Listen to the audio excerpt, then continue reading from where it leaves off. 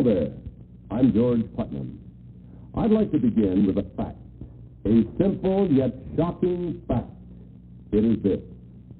A flood tide of filth is engulfing our country in the form of newsstand obscenity and is threatening to pervert an entire generation of our American children. We know that once a person is perverted, it is practically impossible for that person to adjust to normal attitudes in regard to sex. Yet, much of this material has been described as an illustrated, detailed course in perversion, abnormal sex, crime, and violence. It is also a fact that no matter who buys this material, 75 to 90% of it ends up in the hands of our children. Now, you might ask yourself, why this sudden concern? Pornography and sex deviation have always been with mankind. This is true. But now, consider another fact. Never in the history of the world have the merchants of obscenity, the teachers of unnatural sex acts, had available to them the modern facilities for disseminating this filth. High-speed presses, rapid transportation, mass distribution, all have combined to put the vilest obscenity within reach of every man, woman, and child in the country. In the past few years, this obscenity traffic and salacious newsstand literature have become increasingly worse, not only in content, but in volume. This traffic continues to increase and flourish for one reason. It is big business, profitable business for the mercenary persons who produce it, and for its more than 800 distributors. The United States Supreme Court has described it as dirt for dirt's sake. We describe it as dirt for money's sake. Obscene literature is a $2 billion a year business. That's $2 billion. Through this material, today's youth can be stimulated to sexual activity for which he has no legitimate outlet.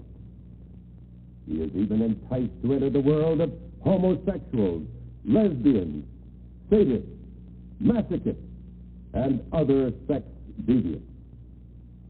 The psychiatric terms for these unnatural sex acts are unknown to most decent adults in our country. But through this salacious material, these abnormalities are corrupting the minds and the hearts of our children. Perversion for profit. Here is the most vicious, the most insidious feature of these publications. They constantly portray abnormal sexual behavior as being normal. They glorify unnatural sex acts. They tell youngsters that it's smart, it's thrilling, it provides kicks to be a homosexual, a sadist, and every other kind of deviant. The Military Chaplains Association of the United States, practically every major fraternal, civic, and religious organization, the juvenile court judges, the Federal Bureau of Investigation, innumerable psychiatrists, sociologists, and psychologists, attribute the moral decay among our people in very large part to the obscene and pornographic literature so prevalent in our society.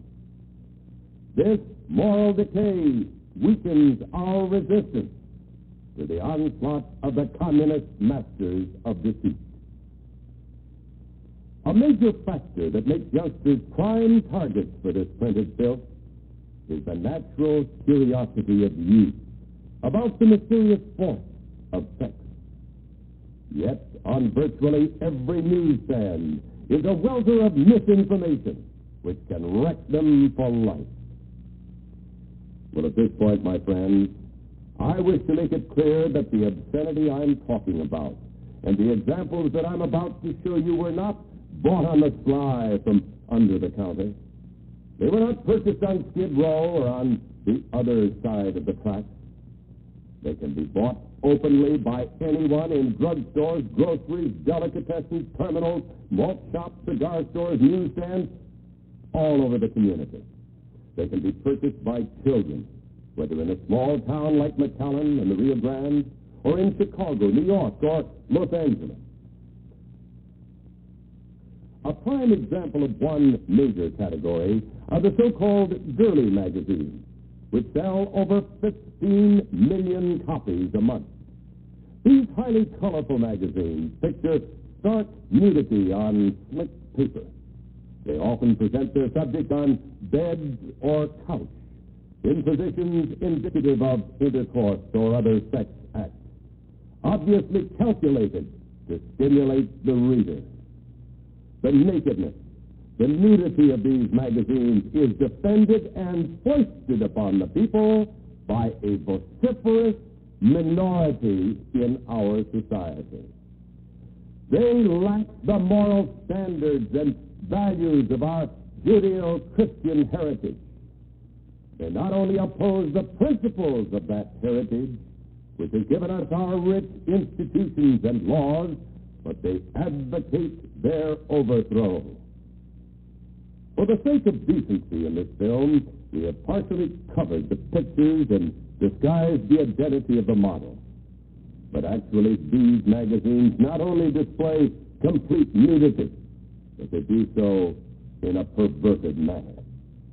Such as this appeal to the sodomist. Such as these shots, which are typical of the preoccupation with the female breast, to a point that it has become a fetish. And this one, with its overtones of bestiality, and with lesbian implications.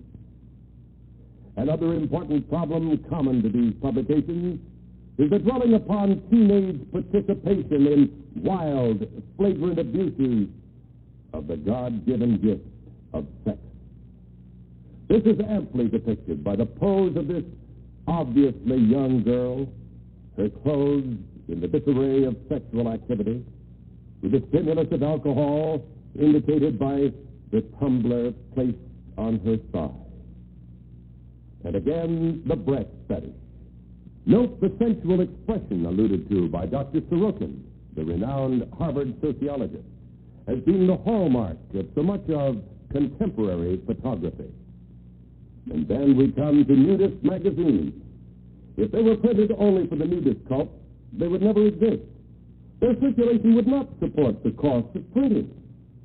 These total exposures are not of nudists in some instances, but rather of paid professional models. Group exposure is a hallmark of these cults. However, it's been well stated that very few blind people join the nudist colony. This mixture of male and female with total anatomical detail is typical of these magazines. A young boy in Philadelphia raped and killed a 5-year-old girl. And while he was testifying that he had been stimulated to this heinous crime by reading a nudist magazine, a federal court judge in Washington was granting to that very same publication a second-class mailing permit. And then we come to a terribly sad indictment of our society, the so-called physique group of publications. These magazines with a homosexual viewpoint and poses are often not understood by many youngsters who take them as instruction of body development. But psychiatrists believe that prolonged exposure of even the normal male adult to this type of publication, though he may not be aware of its true nature, will nevertheless pervert. Think then of the consequences to the inexperienced youth who, in purchasing and studying this material, becomes a pawn for these misfits, these homosexuals, who have a slogan that betrays the evil of the breed. Today's conquest, they say, is tomorrow's competition. See the tender age at which homosexuals prefer their conquest. Look here at the young face and bright smile which could be the hope of the world. But in the other half of the picture is revealed the seduction of the innocent.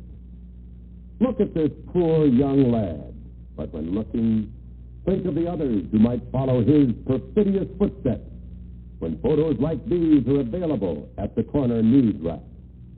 And so it goes, countless poses, still pictures, slides, movies, all with the same content, and more of the same.